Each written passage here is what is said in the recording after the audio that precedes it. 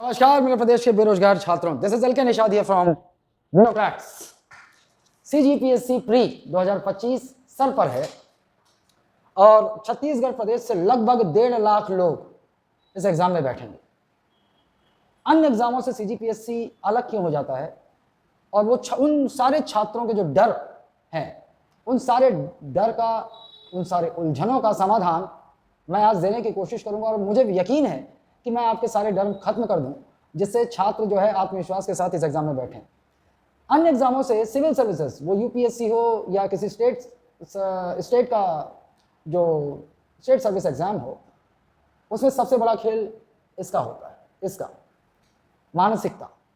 CGPSC बड़ा exam, civil services, इस मानसिकता में हजारों छात्र, हजारों योग्य छात्र जो है गच्चा खा जाते हैं और वो जो अच्छा कर सकते थे वो गड़बड़ा जाते हैं। इसके अलावा कट ऑफ की उलझन, इसके अलावा सही समय पर कोर्स सिलेबस को खत्म करना, इसके अलावा सिलेबस खत्म तो कर लिया, सही समय पर रिवीजन कैसे, इन सारे सवालों का मैं जवाब मैं देने की कोशिश करूंगा और आपके दिमाग को एकदम क्लियर करने की कोशिश करूंगा। और एक और, प्रश्न पेपर हल कैसे करना है, प्रश्न पेपर में साइंटिफिक तुक्का लगाने का तरीका, साइंटिफिक तुक्का नहीं, ब्लाइंड तुक्का नहीं, साइंटिफिक तुक्का, इन सारे विषयों पर मैं बात करूंगा। और चलिए, सीजीपीएससी प्री पूरा सिलेबस खत्म कैसे करें इस पर बात होगी। कट ऑफ के जाल से कैसे निकलें, 3 फेज रिवीजन कैसे करें, 4 महीनों का टाइम टेबल क्या हो, प्रश्न पत्र हल करने का रामबाण तरीका क्या है, सीसेट समय पर कैसे हल करें, ये छोटे छोटे मुद्दों पर मैं बात करूंगा। और साथ ही यहीं पर वो चीजें शामिल होंगी जिसमें मैं बात करूंगा कि एक छात्र किस तरह मानसिक रूप से इसके लिए तैयार होगा। पूरा सिलेबस खत्म कैसे करें। आपके पास 4 महीने हैं और मैं आपको यहां एक बात क्लियर कर दूं, वो 1.5 होशियार छात्र जो ये सोचते हैं कि सीजीपीएससी अब 4 महीने में मैं किताब खोलकर मैं पूरी तैयारी करके सीजीपीएससी प्री क्रैक कर लूंगा, तो आप सपने में है केवल, या वो उन कोचिंगों के भ्रम जाल में है जो 4-4 महीने की ये आज भी कोर्स शुरू कर रहे हैं ना, और आपको लगेगा कम फीस है, कम फीस में कर लेंगे, ये सारे जाल हैं। मैं आपको बता देता हूँ कि ये 4 महीने के जो अभी क्रैश कोर्स का ये जो जाल होता है, इसमें नए छात्र फंसते हैं और जो तैयारी कर चुके हैं छात्र, शायद उनके काम की चीज़ हो सकती है। और लेकिन कोचिंग आजकल टेस्ट सीरीज के बजाय इस पर ज़्यादा फोकस इसीलिए कर रही है क्योंकि सीसीपीए जो है अब केवल टेस्ट सीरीज और मॉक इंटरव्यू से चयन बताने वालों को रगड़ रहा है। दिल्ली में जैसे शुरू हो चुका है, वाजीराम, दृष्टि, ये सब इस फर्जी चयन जाल में रगड़े जा चुके, लीगल नोटिस भेजी जा चुकी। पूरा सिलेबस खत्म कैसे करें, तो मैं आपको इसके लिए शॉर्टकट तरीका मैं केवल यही बता सकता हूँ। शॉर्टकट तरीका कुछ नहीं होता। नया छात्र अभी ना बहुत ब्रिलियंट छात्र होगा जो वही कर पाएगा, लेकिन वो सीजीपीएससी प्री क्यों करेगा, वो यूपीएससी में चला जाएगा। 8 घंटे, अगर अब से स्टूडेंट जो तैयारी कर चुके हैं वो आपको कम से कम 8 घंटे का समय आपको निकालना होगा, कम से कम। मतलब 8 घंटे काफ़ी होते हैं। अब कोई जो है बहुत पहले से तगड़ी तैयारी कर चुका है तो वो 6 घंटे में भी कर सकता है, लेकिन 8 घंटे, और 8 घंटे में आपका पेपर 1 के लिए 6 घंटा, 1 घंटा करंट और 1 घंटा सीसेट के लिए, इतना। ये 6 घंटे जो है आप कम से कम 2 विषय रखें और सिलेबस खत्म करें। अब वो आपके ऊपर है कि कैसे खत्म करते हैं। और सिलेबस में आपको एक बात बता दूं कि व्यापक होगा। यूपीएससी का सर टच होगा। पिछले साल गड़बड़ इसलिए हो गया था कि सरकार बदली थी और आनंद फानन में जो नई सरकार है वो पुरानी सरकार का सेट किया हुआ प्रश्न पत्र नहीं देना चाहती थी। आनंद फानन में वैसा आ गया, लेकिन फिर से आप पुराना पैटर्न ही देखेंगे और छत्तीसगढ़ नहीं, सिलेक्शन आपका जीएस करवाएगा। जीएस, आइए कट ऑफ के जाल से कैसे, ये सबसे बड़ा प्रश्न है। और मैं नहीं कहना चाहूंगा कि छात्र मूर्ख होते हैं, वास्तव में कोचिंग तंत्र ने उनको इतना उलझा के रख दिया है, उन्हें क्लियर नहीं होता। 90% छात्र, 95% छात्र इस उलझन में रहते हैं कि कट ऑफ क्या होगा, कट ऑफ दिमाग में रखकर एग्जाम में बैठते हैं। मेरा सुझाव, आप कोई छात्र के दिमाग में कट ऑफ लेके एग्जाम में बैठेगा ही नहीं बैठेगा। अगर वो कट ऑफ लेके दिमाग में बैठता है तो वो 50% युद्ध वहीं हार गया। पहली बात, पेपर कभी सरल आ जाएगा, कभी कठिन आ जाएगा। आप एक निश्चित कट ऑफ कैसे दिमाग में बैठा के बैठ सकते हैं? पहली बात, इससे निकल जाइए। आप पूरा सिलेबस की तैयारी कीजिए। कम से कम एग्जाम से पहले तैयारी करके 2 रिवीजन आपके हो जाने चाहिए। पहले रिवीजन के दौरान शॉर्ट नोट्स बनाइए, जो आप जहां भूलते हैं, जहां पर क्रिटिकल लगता है कि आप बार बार भूलते हैं या कन्फ्यूजन से, शॉर्ट नोट्स बनाइए। और जो लास्ट के 3 या 4 दिन में पूरे सारे सब्जेक्ट के शॉर्ट नोट्स आपके फिर से 1-2 बार रिवाइज हो जाने चाहिए। बिना रिवीजन के आपकी सारी तैयारी अधूरी, भले ही आपने साल भर पढ़ा हो। कट ऑफ के जॉल से निकल जाए। ऐसा इसलिए कह रहा हूँ कि जैसे जो नए छात्र, बहुत बाल सफेद होने तक का एक्सपीरियंस लगता है कि पेपर देखते ही उसे अंदाजा हो जाए कि पेपर का स्टैंडर्ड क्या है। वरना जो आप छात्र बैठने वाले हैं, आपको इतना अनुभव नहीं है। आप जब बैठेंगे ना तो आप अंदाजा ही नहीं लगा पाएंगे कि पेपर का स्तर हाई है, टफ है, स्लो है। वो तो आपको एक घर आने के बाद थोड़ा अंदाजा होता है, लेकिन एग्जाम हॉल में कैसे, आपको कुछ नहीं करना। पूरे विषयों की पूरे सिलेबस के साथ तैयारी करें, बिना छोड़कर तैयारी नहीं होगी। पहली बात, केवल वन लाइनर फैक्ट के भरोसे न रहें। मैं बता रहा हूं आपको, स्तर उठेगा, कंसेप्चुअल क्लैरिटी और तथ्यात्मक निश्चितता आपके मन में होनी चाहिए, और ये केवल बार बार रिवीजन से ही होता है। आप अपने क्षमता से पूरा प्रयास करें, और यहीं पर मैं आपको बताऊंगा कि पेपर हल करने का तरीका, वो मैं आपको लास्ट में बता रहा हूं, वहां पे आपको बताऊंगा कि 3 फेज रिवीजन कैसे करें। तो 3 फेज रिवीजन ऐसा है कि आप आज से 4 महीने हैं तो 3 आप जो छात्र तैयारी कर चुके हैं महीनों का, आप इसमें आप पूरा सिलेबस जीएस और सीसेट खत्म करने का प्रयास करें, है ना। मुझे मालूम है प्रयास होती है 3 महीना हो जाएगा, तो अगर आप 2.5 महीने का टारगेट रखते हैं तो 2 महीना लग जाएगा, और फिर आपके पास बचेगा फिर 1 महीना फिर से सॉलिड, 1 महीना फिर से पूरा सॉलिड। अभी शॉर्ट नोट्स आपके काम नहीं आएगा, फिर से पूरा सॉलिड रिवीजन, और 1 महीना हो गया। अब लास्ट के बच्चे 15 दिन, और इन 15 दिनों में जो है आप शॉर्ट नोट्स और ये सब रिवाइज करते रहें। अपने कमजोर जो विषय हैं, जो भूल रहे हैं, उनको रिवाइज करते रहें। जब छात्र इस पोजीशन में पहुंच जाता है, वही छात्र प्री क्रैक करता है।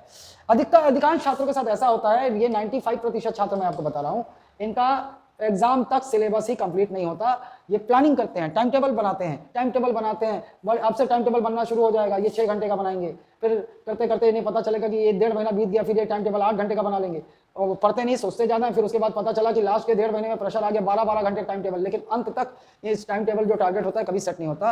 तो वो छात्र जो थोड़ा रोज पढ़ते हैं, साल भर जिन्होंने पढ़ा है, वही इस प्रकार से 8 घंटे या 6 से 8 घंटे रोजाना लेकर अपने सिलेबस को समय पर खत्म कर लेंगे। नए छात्र अभी इस भ्रम में हो तो भ्रम में ही रहो, क्योंकि अधिकांश छात्रों को 90 से 95% छात्रों को सच सुनना पसंद नहीं है। उन्हें झूठी मार्केटिंग, झूठे दिलासे, झूठे सपने पसंद है, तो आप सपने में ही रहिए। आइए, ये हो गया। आइए 3 फेज रिवीजन। तो 3 फेज रिवीजन ऐसा ही होगा, पहले आप पूरा सिलेबस 2.5 महीने में खत्म करने की कोशिश करें, फिर आप 1 महीना लें, 1 महीना फिर से लें, फिर से उस पूरे सिलेबस को खत्म करें, और 1 महीना ये एक्सटेंड हो गए। फिर लास्ट में आपको 3rd फेज रिवीजन के लिए कम से कम 1 वीक बचना चाहिए, जिसमें आप सारे क्विक आपके शॉर्ट नोट्स बार रिवाइज हो जाए। इस तरह से जब आप रिवीजन करके एग्जाम में बैठेंगे, पुख्ता बैठेंगे। 4 महीनों का टाइम टेबल क्या हो, 4 महीनों का टाइम टेबल वही मैंने आपको बता दिया। 4 महीनों का टाइम टेबल, आप मिनिमम 6 घंटा जो कामकाजी हैं, अगर आप घर में केवल तैयारी कर रहे हैं तो 8 घंटा। अगर आपके पास अब से आप टाइम टेबल नहीं रहे हैं तो आप सीरियस छात्र नहीं, आप भी टाइम पास करने वाले हैं, ऐसे जाके एग्जाम में बैठेंगे। ठीक, आइए बता चुका हूं मैं। आइए प्रश्न पत्र हल करने का रामबाण तरीका क्या है, देखिए। अब चाहे जितना पढ़ लें, अगर पहले जैसा एग्जाम, जैसे पिछले एग्जाम को छोड़ दिया तो उससे पहले, तो आप देखेंगे कि उसके बाद भी 45%, 50% बनाना में पहाड़ तोड़ना पड़ जा रहा है अच्छे अच्छे छात्रों को जो इंटरव्यू तक दे चुके हैं। इसका तरीका यह है कि आप घबराएं ना, आप अपनी क्षमता, सही समय पर आप पूरा सिलेबस खत्म करें कंसेप्चुअल क्लैरिटी के साथ। वन लाइनर अगर आप केवल पढ़ रहे हैं तो मैं माफ कीजिएगा, पिछले साल कुछ लोगों को फायदा हो गया था, और मैंने आपको प्रारंभ में बताया कि वो पेपर क्यों आ गया था। 50% वन लाइनर क्वेश्चन, वो भी घिसे पिटे आए हुए क्वेश्चन, लेकिन अब ऐसा नहीं होगा। मुझे 90% मुझे अंदाजा अब ऐसा नहीं होगा। मैंने सीजी टेट और जो भी व्यापम के एग्जाम हुए स्टैंडर्ड देख लिया है, तो पीएससी का स्टैंडर्ड तो आपको मिलेगा। ठीक, देखिए, जब आप जाएं, जैसे मान लीजिए आपके सामने ये इस तरह से प्रश्न आते हैं, आप पहला प्रश्न आया, पहला प्रश्न गए, दूसरा प्रश्न गए, तीसरा प्रश्न, और ये 5, 6, 7 ऐसा 8 प्रश्न आपके सामने। कई बार ऐसा होता है स्टूडेंट घबरा जाते हैं, 8 प्रश्न उनको हवा नहीं लग रहा है, और उसी में वो पानी होकर वहीं अपने से आपको सरेंडर कर दिया, यहाँ से उसने हार मान ली, नहीं करना। कई बार ऐसा होता है, आप तैयारी पूरी कीजिए, प्रॉपर तरीके से रिवीजन कीजिए, शॉर्ट नोट्स बनाइए, रिवाइज कीजिए और अपने पर विश्वास कीजिए। कई बार ऐसा होता है कि आपका प्रश्न शुरुआत के ही ऐसे निकालें कि जो बहुत टफ है, आपके रीच में नहीं है, तो घबराए ना। पहला क्वेश्चन कोई बात नहीं, आगे जो बनते जाएगा, जो आप 2 चरणों में प्रश्न हल करेंगे, कम से कम 2 चरणों में प्रश्न पत्र हल करेंगे। जैसे आपके पास है कितना, 120 मिनट, आपके पास है 120 मिनट। इसमें एक बात का ख्याल रखेंगे आप, 10 मिनट तो वो जो बीच बाच में वो बार चेक करने और साइन करने आते हैं, तो वहां से ध्यान भटक जाता है। तो आपके पास वास्तव में कितना, 1 घंटे 10 मिनट, 1 घंटे 10 मिनट या 1 घंटे 15 मिनट अधिकतम मान लीजिए। अच्छा, ये मान लीजिए आपके पास है, तो आपका जो है वो पहला जो है 90 मिनट, 1.5 घंटा आपके पहले राउंड के लिए होना चाहिए, पहला राउंड। और पहला राउंड कैसा होगा, देखिए आप, प्रश्न आपने बिल्कुल सुना ही नहीं है, बिल्कुल आपको हवा ही नहीं लग रहा है, काट दो इसको, आपको छूना नहीं है, छूना ही नहीं। दूसरे प्रश्न में आया तो इसमें पता चला आपने ए बी आपका पढ़ा हुआ है, और आपको जैसे ही आपने विकल्प पढ़ा तो आपको लगा था स्ट्रॉन्ग कि बी है, लेकिन फिर से आपके मन में शंका आ गया कि अरे डी भी हो सकता है, लेकिन आपको कंफर्म याद नहीं आ रहा है। ऐसे प्रश्नों को आप गोला लगा दीजिए, केवल 2 विकल्पों में आप फंसे हुए हो जहां, ऐसे प्रश्नों को गोला लगा दीजिए।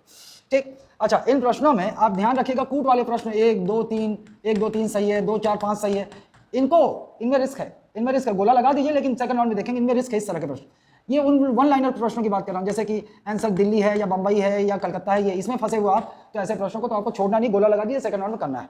आइए तीसरा प्रश्न हल किया आपने बकायदा, हाँ ठीक है, क्वेश्चन पेपर टिक कर लिया, चौथा भी हल कर लिया, पांचवा भी, छठवां हवा नहीं लगा, कोई दिक्कत नहीं, हवा नहीं लग रहा, काट दो, छूना नहीं है इसको। 7वां प्रश्न, फिर ये प्रश्न आ गया, फिर ABCD वाला, लेकिन ये ABCD वाला प्रश्न कैसा है, इसका विकल्प ऐसा वाला है कि 4 फैक्ट दे दिए और बोल दिया कि 1 2 3 या 1 3 4 या 2 3 ऐसा वाला प्रश्न आ गया। अब इसमें मान लीजिए आप फिर आपने अगर मान लीजिए 2 विकल्पों में क्लियर हो कि नहीं इसका उत्तर और इसमें फंस गए, और इसमें इस तरह के प्रश्नों को आप पीएससी में अटेम्प्ट कम करें, इसमें गलत होने के चांसेस ज़्यादा है ना। अब ये मैंने कहा वन लाइन वाले में साइंटिफिक तुक्का, ये वाले में साइंटिफिक तुक्का मैं बता रहा हूँ आपको। आप आपकी जितनी अच्छी तैयारी है आपके सही होने के चांसेस उतने ज़्यादा बढ़ जाते हैं। और ये गोले वाले प्रश्नों को, 2 विकल्प वाले प्रश्नों को आपको हल करना पीएससी में छोड़ना नहीं, क्योंकि क्या होता है कई बार ऐसा होता है कि छात्र केवल कंफर्म वाले करते हैं और ये गोले वाले पर रिस्क नहीं लेते, तो इससे वो पिछड़ जाते हैं, कुछ नंबरों से रह जाते हैं। देखिएगा कई बार ऐसा होता है कि मान लीजिए आपने ऐसे प्रश्न 10 हल किए जो गोला, पूरे प्रश्न पत्र आपने 90 मिनट में पूरा राउंड कर लिया, तो बाकी बचे गोले वाले प्रश्न आपको हल करने हैं बाकी बचे हुए समय में। 90 मिनट जब आप पहला राउंड कर लें कंफर्म उत्तर, तो सबसे पहले ध्यान से OMR कंफर्म मैचिंग करते करते 3 का आपने सी सोचा है तो एकदम मैच करते करते पहले आप पूरा OMR फिलअप कर लें पहले राउंड के बाद।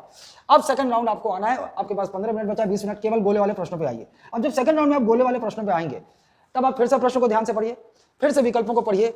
जब आपने पहली बार इस प्रश्न से गुजरा था तो आपके दिमाग का प्रोसेसर चालू हो चुका था। अगर आपको कंफर्म आंसर अरे ये तो बी है एकदम कंफर्म याद आता है, आप दूसरे चरण में क्या करना है OMR फिलअप करते समय आप वेट ना करें, आप दूसरा प्रश्न हल करें, कंफर्म हो गया, आप पूरा आप एक एक प्रश्न का OMR फिलअप करते जाए बड़े ध्यान से, नहीं तो आपका OMR छूट जाएगा, लास्ट में हड़बड़ी में आप गलत कर बैठेंगे। 7वें में आया फिर भी अभी आपको याद नहीं, आप फंसे हुए थे। सबसे पहले आपको ए लगा था लेकिन आप ए और सी में फंस गए थे, आप फिर भी आ रहे हैं याद कर रहे हैं लेकिन आपके दिमाग का प्रोसेसर फिर भी कंफर्म उत्तर नहीं दे रहा है। ए आपको सबसे पहला लगा था, ज्यादा सोचिए मत, दूसरे राउंड में आप प्रश्न में ज्यादा सोचेंगे तो गलत आंसर में पहुंच जाएंगे। ज्यादा सोचिए मत, नहीं याद आया अब तक तो एक काम कीजिए, आंख मूंद करके 7 का ये आंसर भर। ऐसे इस तरह से प्रश्न करने में होता यह है कि संभावना 50-50% बनी रहती है, 50% सही होने की, 50% गलत होने की।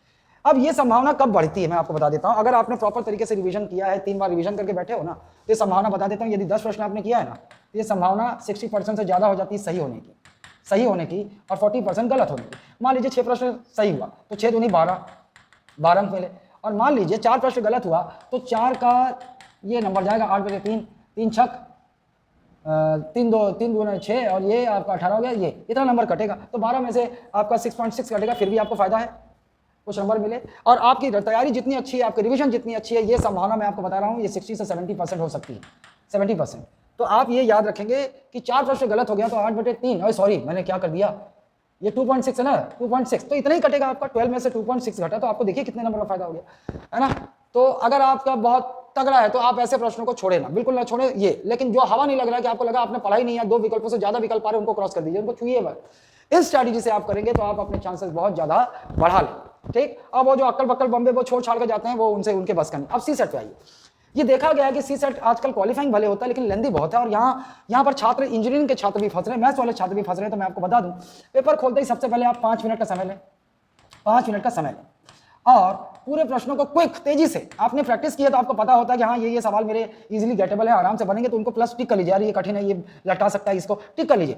अब पहले राउंड में आप केवल टिक किए हुए, सबसे पहले तो आप बोली और हिंदी कर लें, उसके बाद जो बचा 70-75 रीजनिंग और मैथ्स, उसमें जो आपको लगता है कि सबसे पहले मार्क कर लीजिए और उन प्रश्नों को पहले हल कीजिए।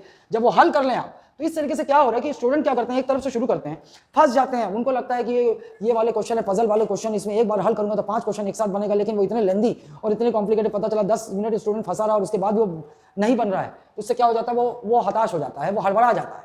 उसके बाद आगे आने वाले पजल पकड़ लेगा तो वहां भी फंसा हुआ है। तो इस चला पहले आप इजी क्वेश्चन, इजी जैसे कैलेंडर वाले क्वेश्चन, जैसे सीरीज वाले क्वेश्चन, अल्फाबेट वाले क्वेश्चन, इस तरह के नॉर्मल क्वेश्चन मार्क कर लीजिए, पहले उनको हल कर लीजिए, OMR भर लीजिए।